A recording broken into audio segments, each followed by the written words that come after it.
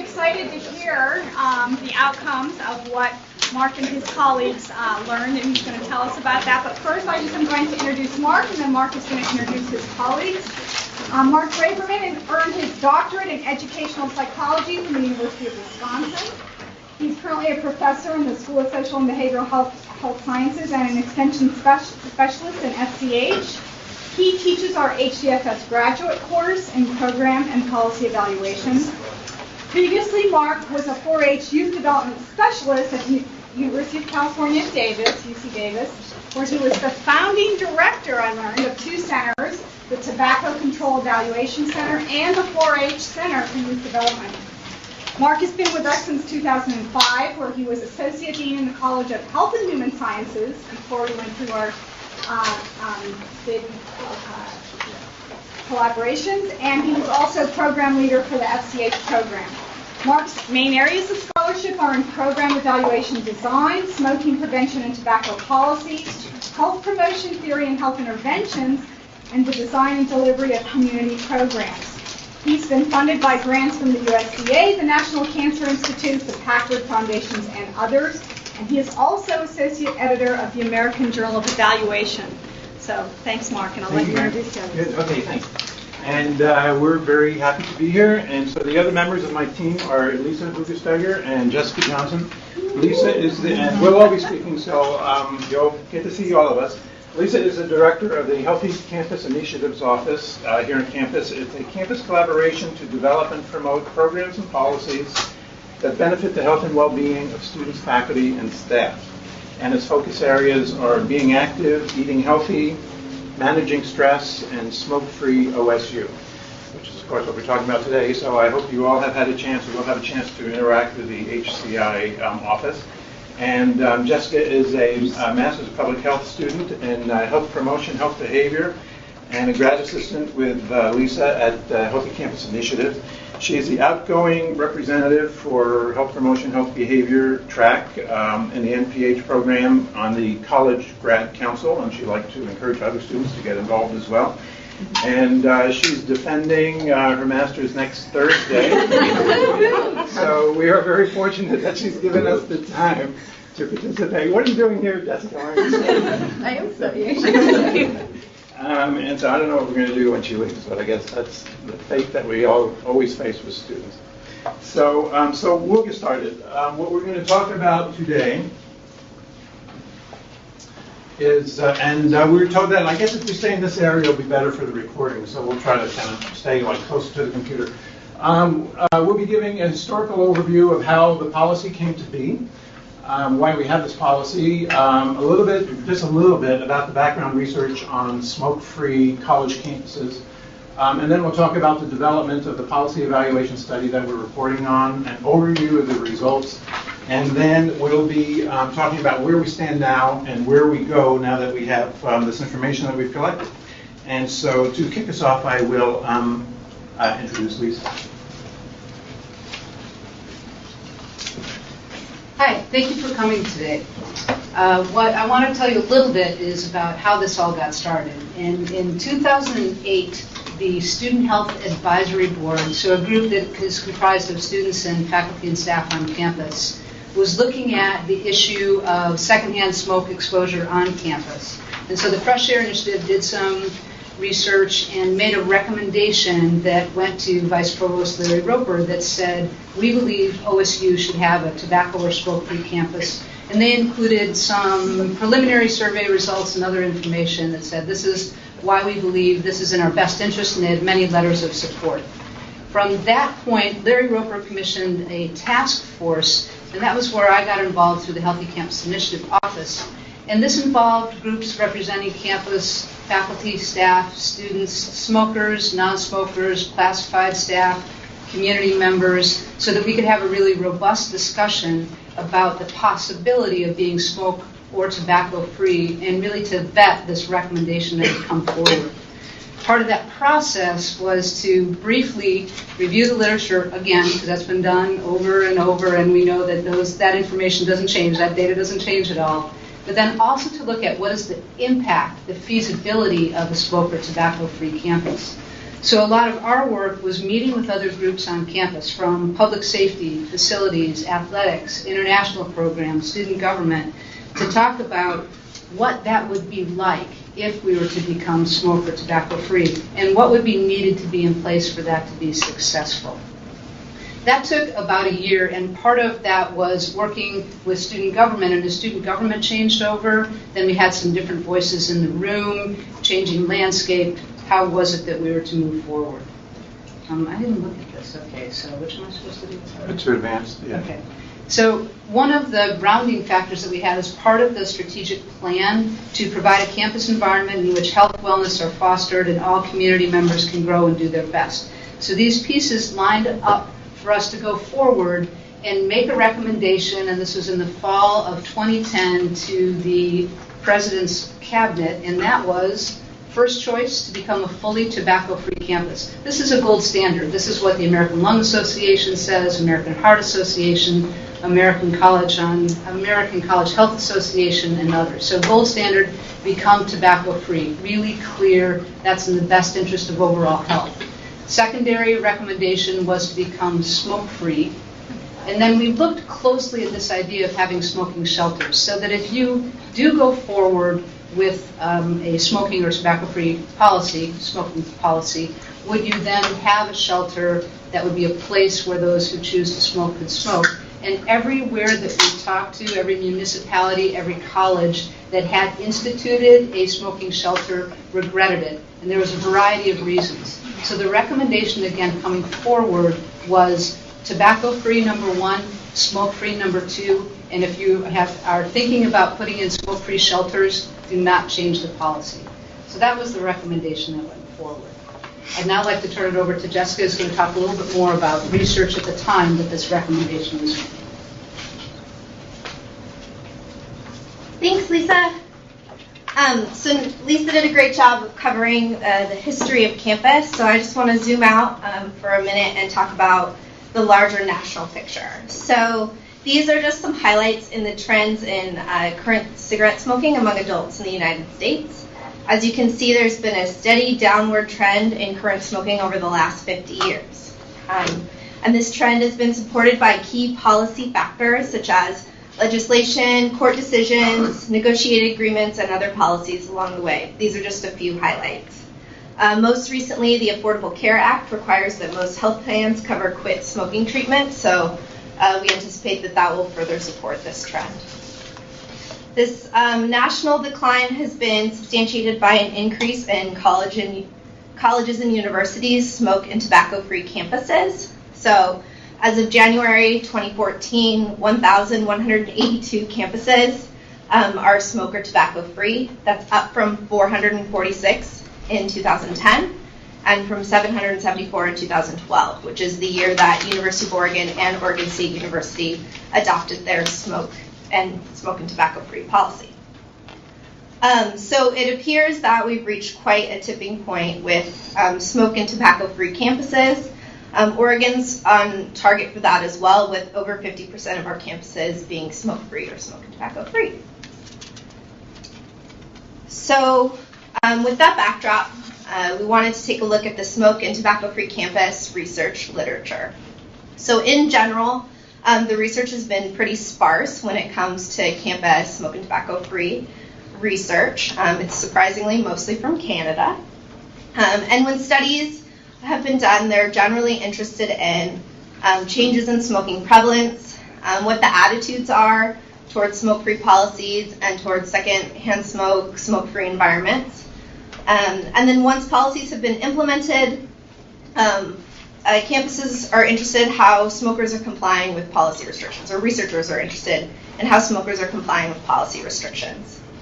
One common thread that we've seen across all these research findings are around implementation concerns. So these primarily are that campuses aren't quite sure what to do about enforcement, what the best strategies are, what's most impactful, how to be respectful of folks, and then they're also, or the best way to be respectful, and then they're also not quite sure of the best way to communicate the policy over time, and how this affects compliance, which we also know impacts enforcement. So with that being said, the new policies, with all these new policies coming online, like I just shared with all these 1,182 policies, the research body will obviously continue to grow. We hope to contribute to that. So looking forward to more things coming online. But with our campus evaluation, we really wanted to answer questions as to the current functioning of the policy and how to address challenges that might be upcoming or that we may or may not be aware of.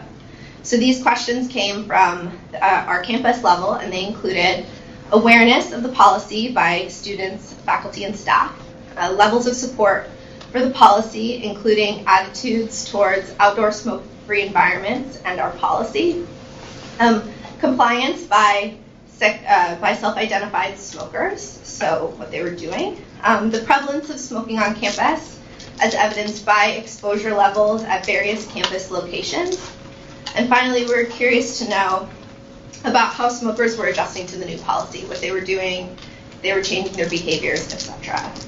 There are also some questions that Marc will share with you about opinions around enforcement, and so what folks were thinking about enforcement policy. So after questions were established, we began planning for the survey.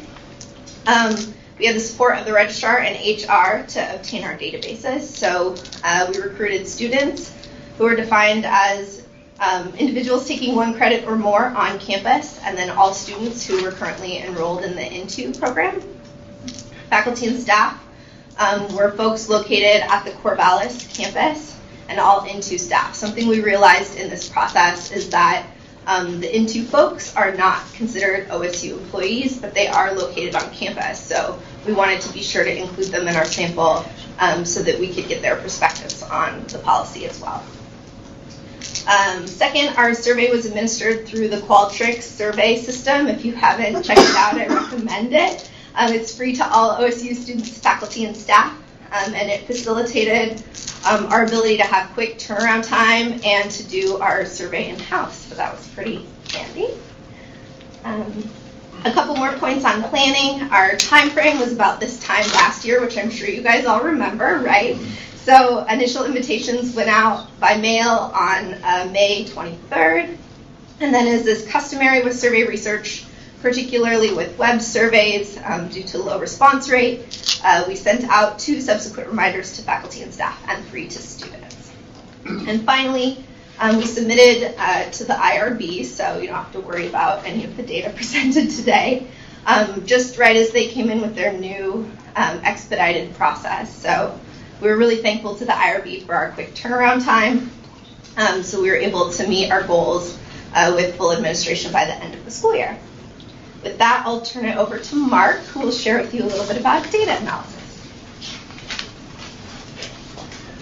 Yeah, the IRB process is great now, because if you have a study that you think is exempt from IRB review, you can make an appointment with them and have a meeting with them. The meeting takes, well, they say 30 minutes, which I guess was about right for us. And if indeed it's exempt, you get your approval by the time you leave the meeting. And if it wasn't for that, we wouldn't have been able to do this study if we had to wait, 2 months or whatever for meetings to happen. So we really caught it at the right end of what the process was. And I have to say they were trying hard. So I give them points for working with researchers. So, okay. So because this talk is about designing the study and conducting the study, as well as what the results were, I wanted to share with you some of our primary questions. And so this is the way it looked on Qualtrics, and hopefully you all responded to the survey. I'm sure you all remember it. So, and hopefully you got it on, you didn't need reminders or anything. But the Qualtrics system, by the way, also what it does is it will register all the responses, and then when it comes time to send reminders, it'll send reminders only to those people on the list who have not responded yet. So that's a great thing. So people aren't, bombarded with reminders about something they've done already. So we were very happy with it. So this is the survey item that we had on smoke exposure. As you know, especially those of you who have been my students, operationalization of concepts and constructs is very important. So we want you to see what the wording was for when we talk about these various concepts, what people are actually responding to. So one of the very important things, as you saw from the evaluation questions, was how much exposure are people getting, to smoke on campus, and in particular, where is that exposure happening? So we had kind of like a 7-point response scale. There were 3 major locations that we were looking at, kind of like families of locations, at entrances to campus buildings, which I think we know from experience. People used to like stand outside and smoke. Certainly happened to us in Milan and Ballard. And then near the campus boundary, all around kind of the perimeter of campus, and then any other places on campus. And so, as you can see, they responded from not at all up through 11 times or more. So that was our question on smoke exposure, and 2 weeks. And we actually thought a lot about what should be the time frame within which we were doing it. We arrived at 2 weeks after a lot of discussion, but it is a real consideration because there are things that go on in terms of like, well, there's time of year. Do students maybe smoke more as they get closer to finals because they're more nervous? I mean, you got to think about all these things. Furthermore, if we went farther, so if we had kind of like a broader, time range, we potentially could neutralize some of those issues about time of year. But on the other hand, we run up against memory issues because, I mean, how many times have you done this in the past 4 weeks? It becomes, kind of like a fantasy after a while in terms of expecting people to remember. So that's how we landed on 2 weeks. But it can be critiqued, and if you have opinions about it, I'd like to hear it. Here was our item about attitudes toward secondhand smoke and toward the policy. I want to draw your attention to actually the 3rd and the 4th. Well, for one thing, we decided on a 7-point scale. So it's kind of a Likert type process from strongly disagree to strongly agree. The middle question there, our campus should be 100% smoke-free. That is actually the item on which people respond about whether they support the policy. So that was, where they expressed that. And then the item about whether the campus should be tobacco-free instead of smoke-free, that was the 4th one. The first 2 items are kind of like standard items about people's attitudes towards secondhand smoke, environmental tobacco smoke. And we took these from other kinds of surveys. I prefer to socialize in a smoke-free environment, and it bothers me to go through cigarette smoke when I'm walking outside. If we had time, I could kind of go into some of the questions that we rejected, which I find very interesting. I'm not sure if everybody here would find that interesting, but I love these kinds of measurement things. So those are our attitude questions. And I may mention, jumping ahead to the analysis, that those questions correlated, you can imagine, extremely highly, practically identical with the support for the campus. So probably, I prefer to socialize in a smoke-free environment. The correlation between that and our campus should be 100% smoke-free was in the 80s, which presents issues for analysis. So when we were doing regression analyses, we were actually taking them out because of multi-collinearity problems. But we knew that there would be a high correlation, and there wasn't. Now, the last question is interesting, and it's of a different nature, and it has to do with the broad family of enforcement considerations. The question is, if I saw someone smoking on campus, I would ask that person to put out his or her cigarette, or cigar pipe, or other smoking products. So in other words, what would people do when they encounter somebody smoking? And we figured that would have a lot to do with how the policy gets implemented, how it gets enforced. So we wanted to know people's opinions about that. Okay, here's the question we used for smoking status, a simple 5-part question, 5-response question. People could say, I've never smoked cigarettes, or I used to smoke, but I quit. There are 2 categories of occasional smoker. I usually smoke cigarettes less than once a week, or once a week or more, but not every day. We wind up combining those for a category of occasional smokers. And then finally, I smoke cigarettes every day. I point this out to you because there are different ways of there are a lot of different ways of identifying smoking status. There is another question that we actually used for other reasons, for other purposes of analysis, which is a 30-day smoking question. So we said, in the past 30 days, have you smoked a cigarette? And then we also did other kinds of smoking products as well. And they respond from not at all through once or twice. Actually, the question was on how many days out of the last 30 have you smoked a cigarette? And so they would go from not at all through about 8 options up to every day. And that's another way of identifying who's a current smoker, but of course in that case you're limiting yourself to the last 30 days, so there's different issues.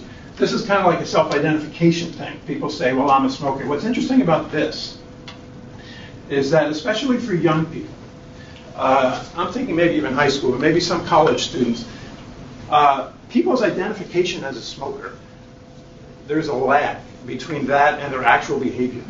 So they can be smoking. They could, by all indications, like if we were watching their behavior, we would consider them a daily smoker. They may take 3 or 4 months to think of themselves as a daily smoker. So if you ask them to identify, that person may say like that, that he or she is an occasional smoker. So you have to think about these things. But we went, in this case, with the kind of self-identification item. Here was the item about how it should be enforced. I don't know if you can read these, but are these readable? Yeah. Okay. So the options that we provided were, well, first of all, I don't think an enforcement procedure is needed. And then small fine, large fine, or referral of process. So students would be referred to student conduct, or faculty and staff would be referred to their supervisors. And so those are different options. And then for other creative ideas, how enforcement should happen. Enforcement is, as Jessica said, is a very big issue, kind of like a problem issue when it comes to smoke-free campus policies. Because we don't know, campuses are not usually in the business of enforcing things in a very strict way. So when violations do happen, it's hard to decide what to do about it. And then I think this is the final item, smokers' adaptations to the policy. So we want to know what have smokers done, again, as Jessica had mentioned in the evaluation questions. So they could respond to any of these items, nicotine gum or patches, and as you might know, the student health services provide nicotine replacement therapy for students who are smokers and who want help quitting. Or maybe they use smokeless tobacco products or e-cigarettes. Or maybe they take a walk or engage in physical activity. Other items, I distract myself in other ways. I go off campus to smoke. Kind of like run out to Monroe Street and smoke in front of like businesses there, which is an issue. Or I smoke on campus, which is like policy. What policy? And then finally, whatever else they do. Yoga, meditation, etc. Okay, so those are some of our major items. This is what we found moving into the data analysis. Our response rates, well, for students it was low, but we knew it was going to be low. So we had a 26% response rate for students. This is after 4 invitations. In other words, an original invitation and 3 reminders. And what's interesting about this is that it's actually quite consistent with other campus surveys of students.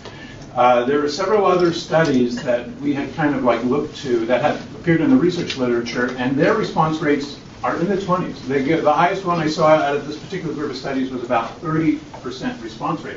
And some of these include incentives. So for some of these, they say, well, we'll give you a couple of dollars for a cup of coffee or something like that, or something for, some kind of food incentive. And so, yeah, web surveys have low response rates. For this kind of thing, where we had a very, very broad population that we're surveying, and then in addition, we don't really have a direct connection.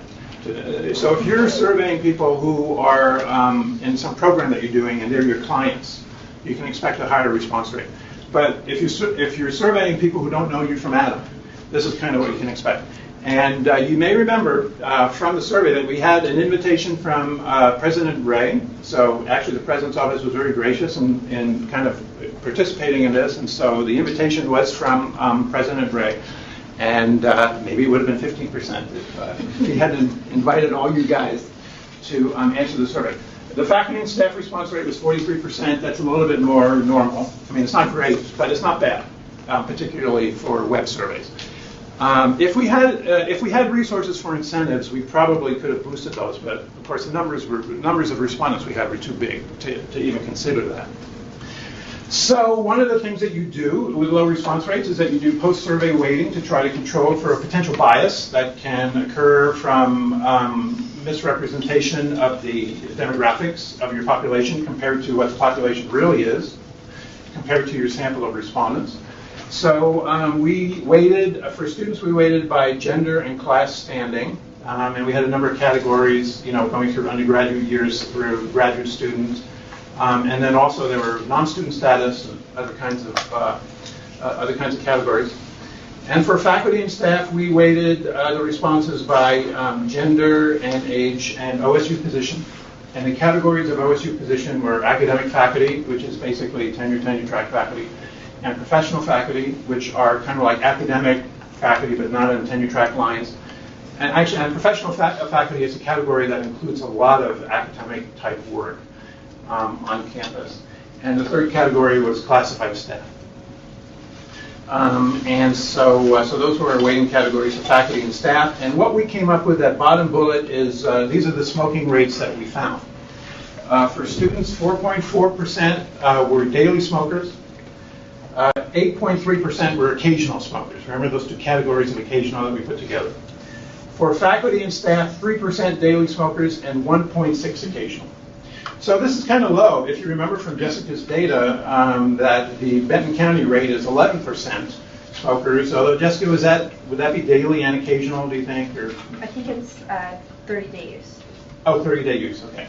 So it's lower than that, but what's interesting is that it's actually consistent with other survey results. Now, whether everybody misrepresents or whether everybody's being honest is something that, we have to do more work to investigate. But University of Oregon had done a survey within the last couple of years, and they got similar results for student smoking, also quite low.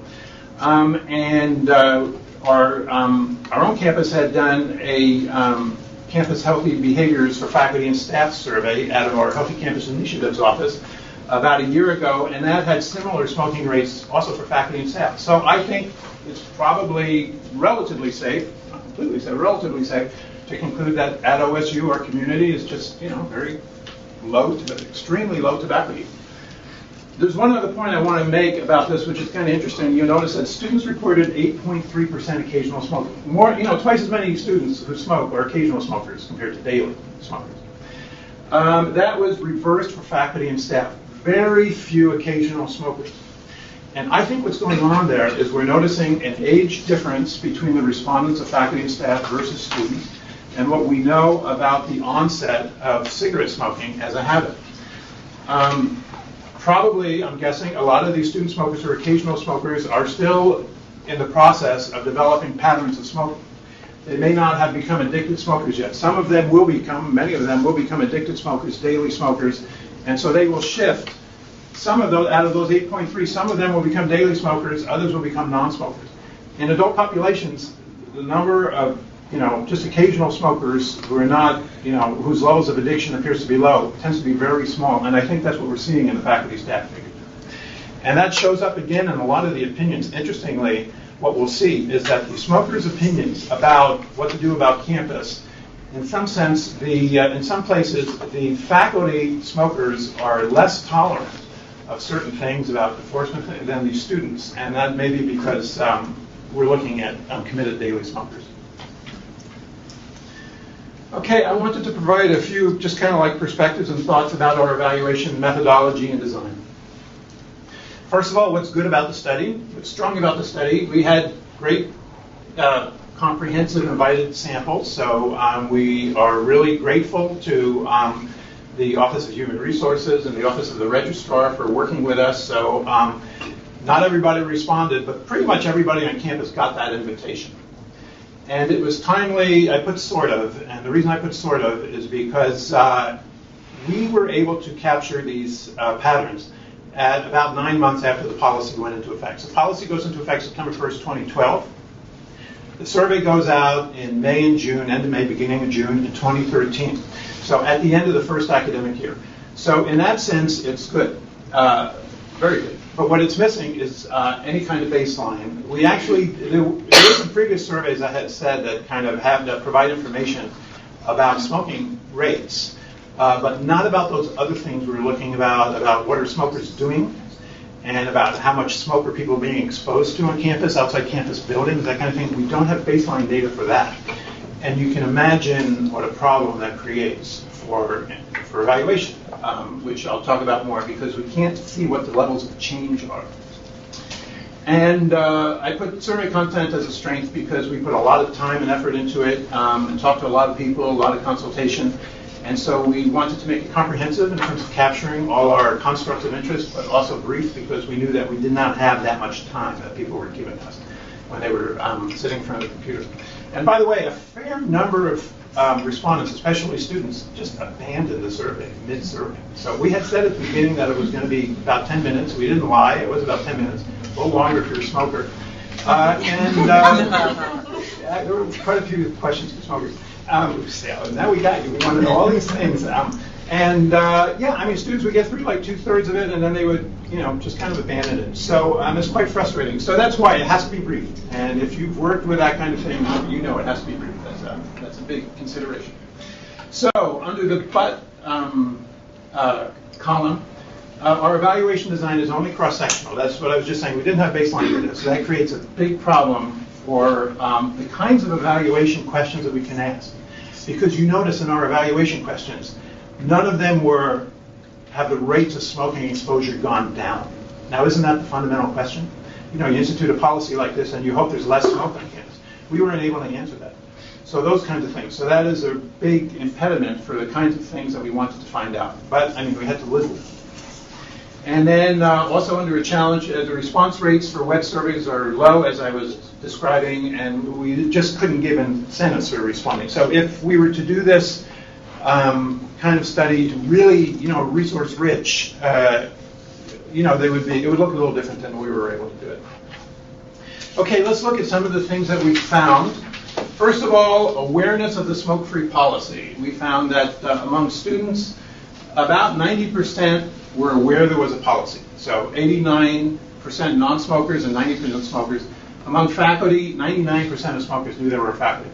Knew there was a policy. Now here's what, and that question was just like, it was a three-part question, or three-response question. The question was, are you aware that there is a policy before taking this survey?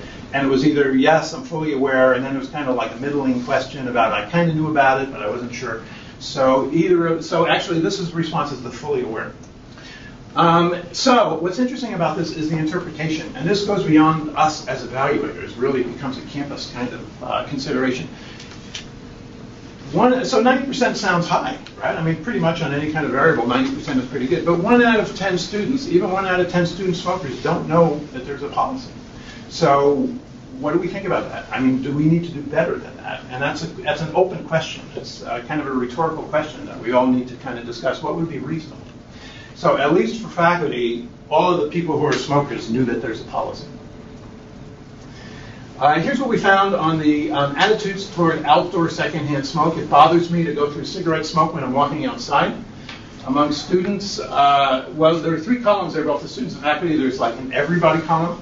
And then you'll see it's broken down by non-smokers and smokers. And because there were so few smokers, the non-smoker category kind of dominates the everybody. So you'll find that like the responses for everybody is very close to non-smokers.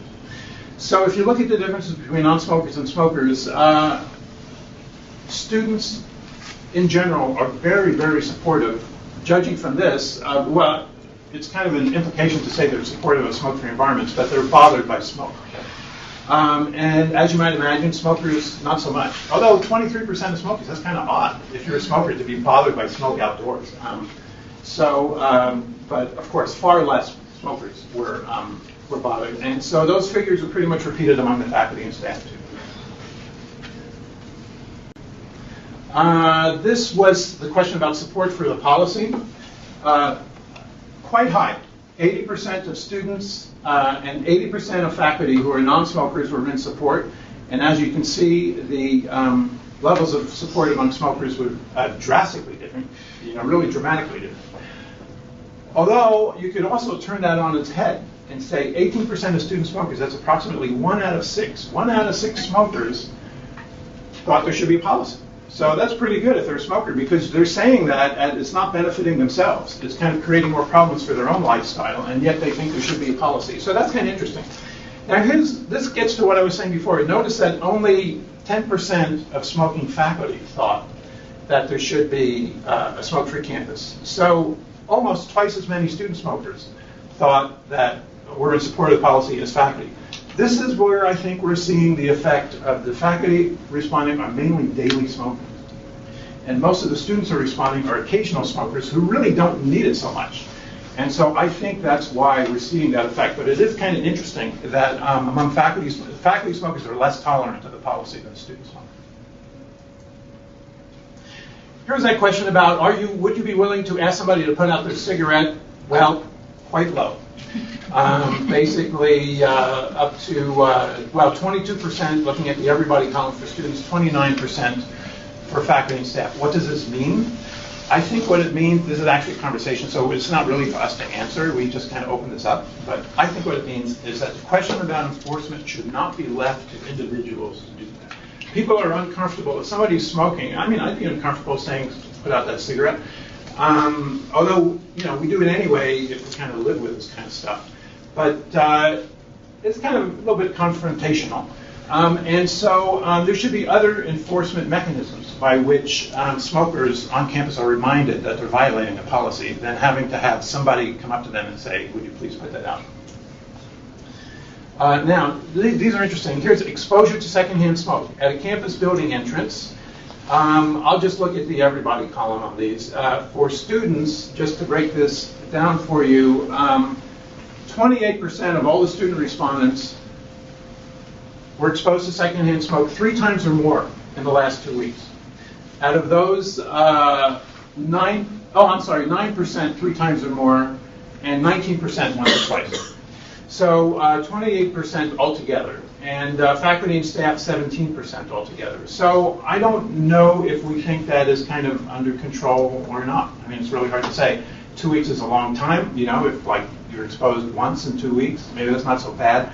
The whole question of, you know, how good is this stuff goes beyond us as an evaluation study and for all of us as a campus to say what are the levels that we want to reach on these kinds of variables. But in any case, it's relatively under control in comparison to the edge of campus. Look at this. So this was the question about exposure in the last 2 weeks near the campus boundary. So 77% of students and 54% of faculty were exposed at some point in the last 2 weeks near the campus boundary. Out of those, 77% of students, 50% of the students were exposed 3 times or more. 28% of faculty and staff, about 2 out of 7, were exposed 3 times or more. So we have a problem at the campus boundary, and you probably know that. And I think most people have. You know, we've heard a lot of expressions of just people saying that, you know, as they walk onto campus, sometimes there are clusters of people smoking. So that is an issue that we will want to deal with. Here's what we found about opinions about enforcing the policy. This is kind of amusing. What I'll say just kind of briefly is that among non-smokers, there were 2 top choices. The top choice was for a small fine followed by referral. Among smokers, the top choice was nothing needed. Don't do anything. And that was true both for students and faculty. Consistent with what I was saying before, the faculty were a little bit higher. Instead of faculty smokers, a little bit higher in saying nothing's needed than the student smokers. Okay, I'll go through. I just have 1 or 2 more, and I'll go through them rather quickly. Here's what we found about smokers' compliance. What are smokers actually? Oh, this was the question we said. Have you smoked on campus despite there being a policy? So we're asking them to be honest. And what we found was that I would say the compliance was pretty good. What we found, the bottom level of those bars is no, not at all. So for students, 57% of student smokers reported never smoking on campus. Now, how many of them are lying? Who knows? Faculty and staff, 80% reported never smoking on campus since the policy went into effect. So that seemed, I don't know, reasonable to me. And then finally, this is a question about how smokers have adapted to the policy. This is interesting. So smokers are saying, what do they, now that there's a policy and you're a smoker, what do you do? So the great majority go off campus to smoke. But what surprised me is that the second most popular response is, it's not a problem. And you know, in our responses from, in kind of like the free response comments that people were able to make, a lot of them said, it's just, you know, I smoke at night when I go home or whatever, and it's just, I just don't smoke on campus because there's a policy, so I just don't do it. I don't have to do anything. So that was kind of interesting. Those are probably the occasional smokers talking, I'm guessing. Notice the first column, NRT, nicotine replacement therapy, very low. Next column, smokeless tobacco or e-cigarettes, very low. So most of them are either not doing anything or else going off campus. Okay, I will provide just a couple of insights, a bunch of which I'm kind of saying as we go along. I'm sorry. what this is about is the comments that people were making. There were spaces to add their own comments. So this is what we learned from the comments that people were making. First, there was some frustration, sometimes quite vigorously expressed, with selective enforcement of the policies. So, for example, it's ignored at football games. People smoke at will at football games and other sporting events. So a lot of the respondents were very unhappy about that. Respondents mentioned that, like at donor events, or alumni events, those kinds of guests to campus smoke and nobody says anything, even though there's a policy. So there was quite a bit of frustration about that. Next, there was a split in support for what to do about the violations. And people were very strong on both sides of this. On the one hand, you had people who said, if you have a policy and it's going to be violated, then you're a laughingstock if you don't do anything. If you have a policy, you have to enforce it. And that was said literally hundreds of different ways. Because I should have mentioned we had 5,500 student respondents and 2,200 faculty respondents in our data set. And some of them said it very forcefully. And then on the other side of the coin, people said very forcefully, campus is not, we can't be cops, we need to solve this by communication, and we need to solve this by living and working together, and we're a community, and if people know about the policy more, then they're going to follow it. And people expressed very strong opinions on both sides of it. Third, this relates to what Lisa was saying at the beginning about smoking shelters. There was some support expressed for smoking shelters in the sense that the general idea was it's unreasonable for people to walk off campus to go to Monroe or to go somewhere else to smoke, especially if you're not that close to the edge of campus, but it's also not fair to, the businesses on campus, the people out there, so therefore there should be smoking shelters. So there was some support for that. Of course, if we were to consider that kind of option further, we'd have to take into consideration a lot of things that we know from experience with other campuses about smoking shelters, as Lisa was saying. But nevertheless, those were in some of the comments. This is a slide about what did we learn about the evaluation questions, just to bring us full circle into the questions that we started with Jessica. I think we've kind of covered most of these. I just put this up there to say you always got to go back and answer your evaluation question. If we had more time, we would go through it in more detail. And then finally, in terms of my slides, interpretation issues for more discussion. I've talked about the study limitations. In addition to what we've talked about the low response and things like that at one point in time, we also had reliance on self-report. Reliance on self-report is more of a problem when people are being asked for information they may not want to tell you. So if you're being asked, did you smoke on campus, since the policy went into effect, and you really did, you may not be interested in talking about that.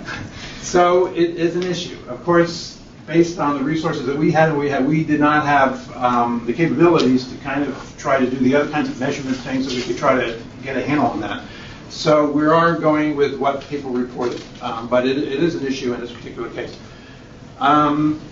Okay, so next, what should be our expectations and standards regarding compliance with the policy? That's something that I've mentioned already, and that is a campus conversation. Next, what should be our big picture evaluation plan? Okay, so we now have a point in time picture of what's going on campus. So what happens now? Do we want to do the same thing next year, 2 years from now? How do we look at change? You have to look at at least 2 points of time if you're going to look at patterns of change. We've already had the disadvantage of not being able to look at change up till now, so what do we want to do further? That's also a question for campus. And where do we need to go next? And I know where I need to go next, and that is to introduce Lisa to talk about these other considerations about our campus. So, I'm feeling really good about all of this great evaluation that we've done, and then Marc reminds us of, now we should be talking about what's the next evaluation that we do. And policy change, that's easy, right? Yeah, really quick, happens, not complicated, absolutely not. So a lot of this conversation has been about the survey, development, and planning and process. And I want to talk for just a little bit here about the report recommendations at the end, which you can find on the Spoke Free website, and then a little bit about what we're doing. So the final report, or these recommendations, our executive report, was given to the President's Cabinet and the Provost Council in January, and then we continue to keep them informed of what's our ongoing process. So permanent signage is something that was initially recommended in the implementation plan, and we're still just seeing those signs go up for a variety of reasons, because of construction on campus, because there was changeover in the facilities management, but the permanent signage is just now coming on board at places and intersections and entrances to campus. And there's also some debate about, do you put this right at the entrance to campus? Is that the kind of message that you want people to first see as we create these beautiful new entries to campus? So signage is something that we're looking at, and the simple thing is put it on the door to every building, but we want people to be thinking about this way before they get to the door of the building. To expand and diversify our communication efforts. In the year leading up to implementation, there was a lot of information, a lot of advertising money that was spent. It was at sporting events, it was in handouts, there was a lot of conversations and presentations about it. That hasn't occurred as much over the last year and a half, which will be another reason why I think that's an important question to come back and ask. And then we need to do a little bit more in knowing about how is the communication being received in different target audiences. One of the groups that we've been talking about both for enforcement and communications are the international student population that continues to grow. So putting out messages in other languages is part of it, but also understanding the smoking culture in the United States and having an understanding about taking care of the environment and taking care of trash and refuse. So that's a bigger conversation and communication. We need to, as I said, and this is a recommendation, increase trash pickup. It's not just enough to have a couple of ashtrays in the perimeter on campus. And there are places that we know that smoking occurs on campus in the middle of the night. So the bell tower right outside the library, for example, if you've walked by there at different points in time, a lot of trash accumulates. So getting a better plan for trash pickup, and then hopefully that also encourages less trash to be left. And then policy enforcement. So if you just look at the data that came through from this information, strong recommendation to have some sort of small fine. That was the #1 recommendation overall. And we have an ongoing smoke-free task force that's looking at this report and continuing to work on implementation. And so for enforcement, we took it back to our enforcement subcommittee and said, this is the information that we have. This is the results of the report. What do you think about going forward with some small fine for smoking on campus? And that task force said, we don't think we can do that. We don't think we can effectively maintain that and manage that. We can't put that just in the hands of public safety, who it's going to fall to. We don't have the mechanisms in place like we do for OSA parking enforcement. So if we're not going to be successful in doing that consistently, then we shouldn't go there. And also felt like we hadn't done enough with communication and education and some additional outreach. And so for the moment, that subcommittee said, no, we don't recommend going forward with increased enforcement. What we are doing, though, is meeting with public safety to understand their experiences and helping provide them with some additional tools. We also learned that they have student public safety officers, but they don't engage with students. So they observe, they're the eyes and ears, but they don't actually talk to anyone.